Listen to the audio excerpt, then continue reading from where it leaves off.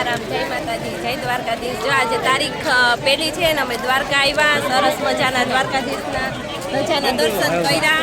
જય દ્વારકાધીશ. અત્યારે તમે જોઈ શકો દ્વારકામાં બહુ જ ભીડ છે. આ ગોમતી ઘાટ છે. ગોમતી ઘાટે કેટલી બધી ભીડ છે.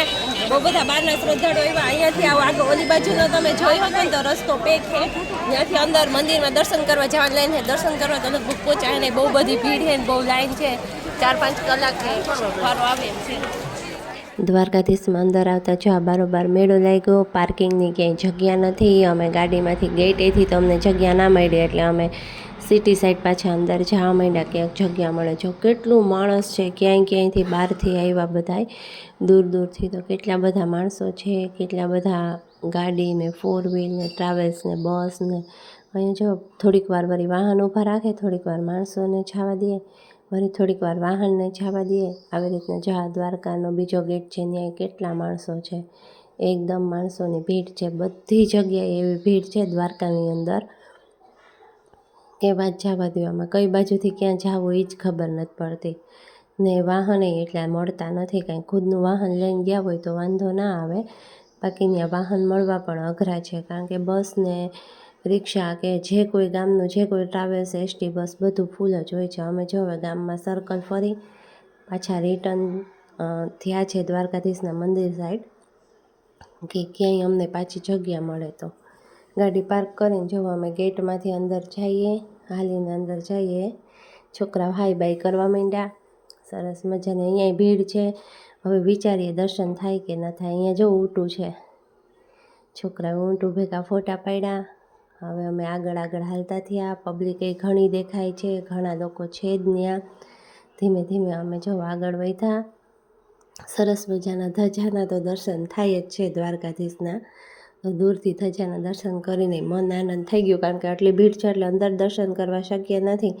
પણ એક અમારા નસીબ સારા કે અત્યારે દ્વારકાધીશની ધજા ચડી તો સરસ મજાના જો ધજાના દર્શન અમે પણ કર્યા ને તમને કરાવીએ. હવે અહીંયા જો ઠેક ઠેકાણે પંડાલે બાંધેલા છે. સરસ મજાની અહીંયા બધાનો સામાન રાખવાની પણ વ્યવસ્થા છે. અહીંયા જો કોઈને આરામ કરવો હોય, બેસવું હોય તો તડકાના હિસાબે ઉપર બાંધી દીધું. હવે અમારા હર્ષિતભાઈ કે મારે રાધા લખાવવું, કૃષ્ણ લખાઈ ગયું હતું તો હવે એક ગાલમાં રાધા લખાવે. અહીંયા ચણાચોરવાળાને એ બધાય છે.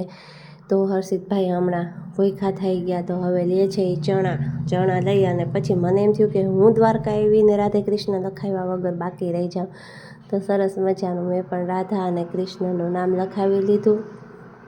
જે કેસર ને ચંદન ને જેનાથી એ કંકુથી એ લોકો બનાવતા હોય આપણું લખાઈ ગયું રાધા કૃષ્ણ. પછી મનોજ કે હું બાકી રહી ગયો તો એણે લખાવી લીધું. હવે આપણે અહીંયાથી હમણાં આગળ જાઉં તો આપણે વાયરલ ભાઈ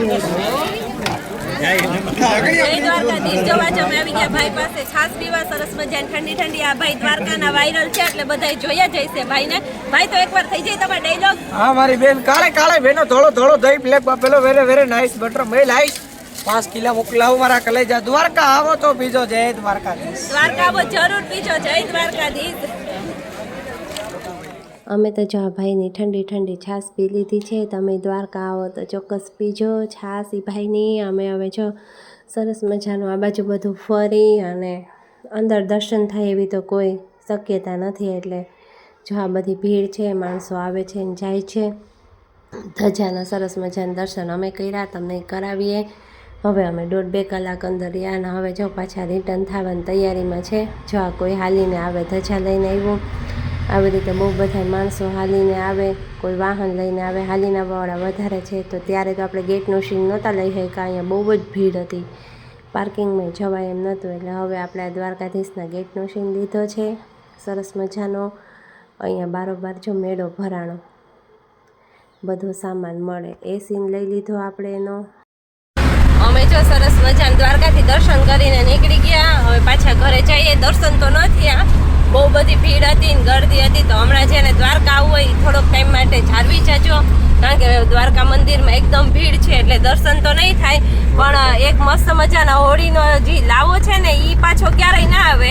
શાંતિથી દર્શન કરવા હોય તો નિરાતે આવવાનું. ને જો હોળીના ને ખેલ ઉત્સવના દર્શન જોવા હોય તો અત્યારે આવવાનું.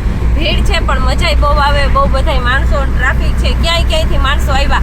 તો આપણે તો આઈના ને એમાંય દ્વારકાધીશ આપણી બાજુમાં તો આપણે આવવું જ જોઈએ. જો કે એવું મારું માનવું છે, બધાયનું માનવું એવું હોય એવું જરૂરી નથી. તો હાલો અમે હવે દર્શન નહીં પણ દ્વારકાધીશની ધજાના દર્શન કરીને હવે પાછા પોરબંદર જવા નીકળ્યા. ત્યાં તો એટલી ભીડ છે કે કંઈ ખાવા પીવાની કોઈ પાણી મળે, છાશ મળે ઠેકાણે, પણ જમવાની ને એવી કોઈ જગ્યાએ ક્યાંય વારો આવે એવું જ નથી, એટલી ભીડ છે. તો અમે પાછા નીકળી ગયા. હવે રસ્તામાં હાઈવે ઉપર જોઈએ કે ખારી હોટલ આવે. તો હવે બપોરના અત્યારે 1:30 વાગી ગયા. તો હવે કંઈક જમવા હાટું બ્રેક કર્યું ને આગળ હવે દ્વારકા મંદિરમાંથી બહાર નીકળ્યા. હાલો તો હાઈવે ઉપર હોટલ આવી ગઈ છે. અમે હોટલની અંદર જમવા જઈએ. ભૂખ બહુ લાગી.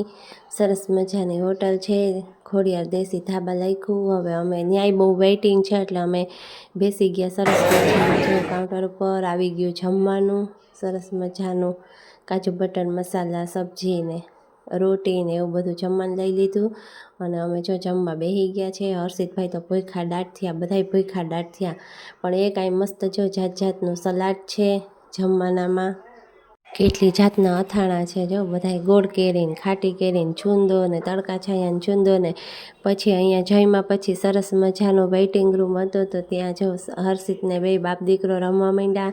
અહીંયા બધું ગરદી બહુ હતી તો વેઇટિંગની જગ્યા હતી એટલે સરસ મજાને રમવાની બધી અલગ અલગ વ્યવસ્થા છે. તો છોકરાઓને એની રીતે રમ્યા ને એની રીતે એનો ટાઈમ પાસ કર્યો. સરસ મજાની ગેમ બધી હતી. આમાં તો વારોય આવે એમ નહોતો. એક બાજુ સાપસીડી, કેરમ, ચેસ, એવી રીતે બધી જુદી જુદી ઘણી જાતની ગેમ હતી. તો બધાય રમતા હતા ને જોતા હતા. ને આ સરસ મજાની હોટલ છે. હોટલનો વચ્ચેનો ને અંદરનો જો આ સીન છે. અમે વેઇટિંગમાં બેઠા હતા ને ત્યારે આ સરસ મજાનો સીન ઉતાર્યો. તો સરસ